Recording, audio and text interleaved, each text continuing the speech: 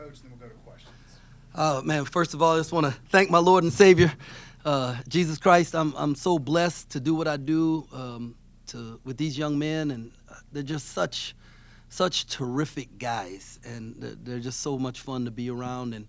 And I hope that everyone who watched today saw their heart out there, and they just didn't quit. We told them there was going to be adversity, and you had to look adversity in the face and smile, and then slap the crap out of it. And that was our quote, and they did. And I was so proud of them. And it's just like life, man, just throws things at you and that you don't expect. And it was crazy. It's like y'all don't understand. Y'all don't know what's going on behind the scenes. You don't know who's sick. You don't know whose family member passed away. You don't know any of those things. You just watch them on the floor and make a judgment about did they play well or didn't they play well. And for all the stuff that they face, to be able to continually come out here and give that kind of an effort and believe in each other, and we call it crazy faith, man, to have that kind of crazy faith in each other and in the staff, I'm blessed beyond men. And secondly, I'd just like to thank our fans. There was a time out there where our fans were so loud that they had to crank the music up, otherwise you'd have heard KSU through the arena. And so that was so cool. And so like I said, I'm super blessed. This is a dream come true to be doing what I'm doing with the people I'm doing it with, and couldn't be more thankful. Fortunate are you at the end of the game to have Marquis Noel just because of his free throw shooting at this point?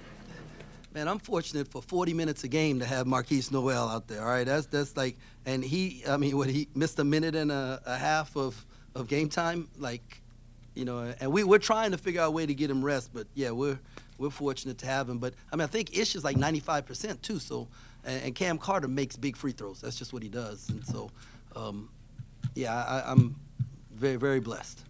What happened on the technical foul? I was too demonstrative.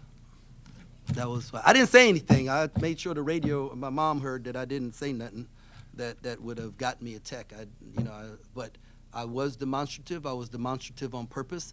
It felt like there was some tic-tac calls that went their way that resulted in and ones, and there were some physical plays that didn't go our way, that didn't result in what I wanted. And then from that point on, it was 24-13, the score. And so I believe that it inspired our guys to play a little bit harder, to fight a little harder, and I felt like it impacted the way the refs called the game.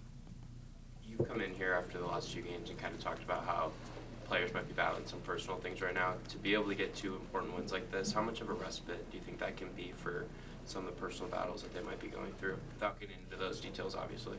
Yeah, no, I think the brotherhood, the fact that they get to be with each other and support each other, and have a chance to be on the floor and not think about what's going on and just play the game of basketball. That's real good. But I'm so proud of my staff, and for Annie and Deja, who are mental health and wellness coaches that pour into our guys and are there for them in all kind of situations. We're blessed to be able to provide that kind of service to our players, and our staff and our team take advantage of it. And so just constantly trying to make sure our guys are doing well away from basketball, because that's more important than whether they're putting the ball in the hole or not. You guys have lost 4 or 5, but now you've won 3 straight. What have you found? Is there anything that you can say that weaves those things together that you found in the last several games? I think the 4 or 5, I think maybe 3 of those were on the road, right? And then there was a back-to-back road trip, and I didn't think that I did a very good job of resting our guys, and we could see that we were tired, and so we've approached what we do differently the last few games, and I felt like our guys having legs and energy has given us the opportunity to be in the position to win some of these close games. Coach, just how satisfying is it to finally win away from home once again? Man, anytime you win, it's satisfying. And I know they're fired up because we're going to Marble Slab. So, road dubs, you get dessert. So, here we go.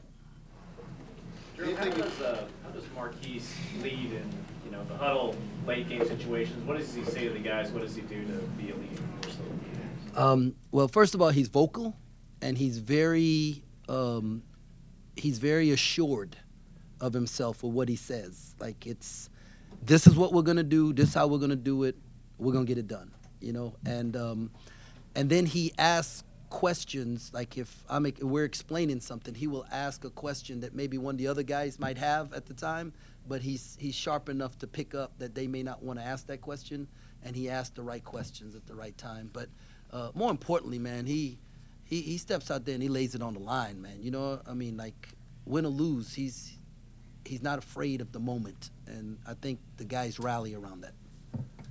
How much do you think Desi Sills helped you with some of those big touches? Desi was big time. You know, I don't know what his. Let me look at his stat line: 3 for 7, 4 for 4 from free throw line. I mean, 4 rebounds. You know, I thought Des was big, and especially on that under OB. You know, when he was able to beat his man and get the layup. You know, that was huge. Coach, what does it mean to sweep OSU for the first time since the 18-19 season?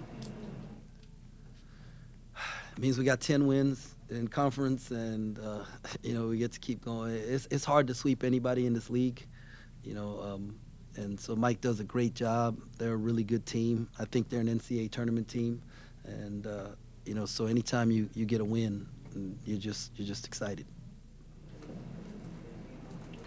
You guys have obviously come back in games before, but to be able to do it on the road against a team that's quality defensively, what's that say about the toughness that you guys have been able to establish this season? We have some tough dudes, and they believe in each other, and they're willing to do all the little things to help you execute what you have to do down the stretch. And you know, what I like, winning on the road, like, that's to me the sign of a tough team, right? The ability to win on the road, and knowing that moving forward, you know, we got a couple more games, but then the Big 12 tournament's neutral site, the NCAA tournament is neutral site. You know, you're not gonna have the Octagon of Doom behind you, so you got to be able to win these kind of games, and this is gonna help put some more confidence into them. How important is it to have confidence when you're not playing at your home arena at this time of the year? I mean, it's huge. You know, it's huge. Confidence is, you know, the belief that no matter what happens, you're going to be able to respond. That's huge. Which is more important, toughness and talent? Cool. That is a talent. Toughness or talent, which is more important? Yeah, tough talent. Tough talent. That's what you got to have, man. And you can't have like one without the other. You know what I mean? It's like there's some. I think in our league, I don't know. There's one soft team in our league, right? And I mean, every coach they preach toughness. I think we have like more national coaches of the year in the league than coaches going to the Final Four. And we've got like 2 national championship coaches and multiple guys who've gone to the final. I mean, this is like a crazy league. So you got to have both. You have to have a combination of both, and then you hope they go out there and they execute. But you can be talented, you can be tough, and go out there and still lose games because this league is so good. What do you think it's going to be like or mean to you when you send off your first senior class in Bramlage on Tuesday night? Oh man, I'm just looking forward to going to get some marble slab. Trying not to think about it. You're trying to make me cry. That's what you're trying to do. I don't know. It's my first time, and senior nights have always been emotional because we were blessed for a long time to be able to bring in young guys and then have them for 5 years at Baylor, you know, and just see the maturity and all of that. And of recent, there's been, you know, transfers, and so you don't have them for as long, but it doesn't mean that you don't have a heart connection, you know. And so, yeah, last game in Bramlage for the year, you know, I mean, it's going to be special. Thank you, Coach. Appreciate it, guys. Thank you. Have a great day.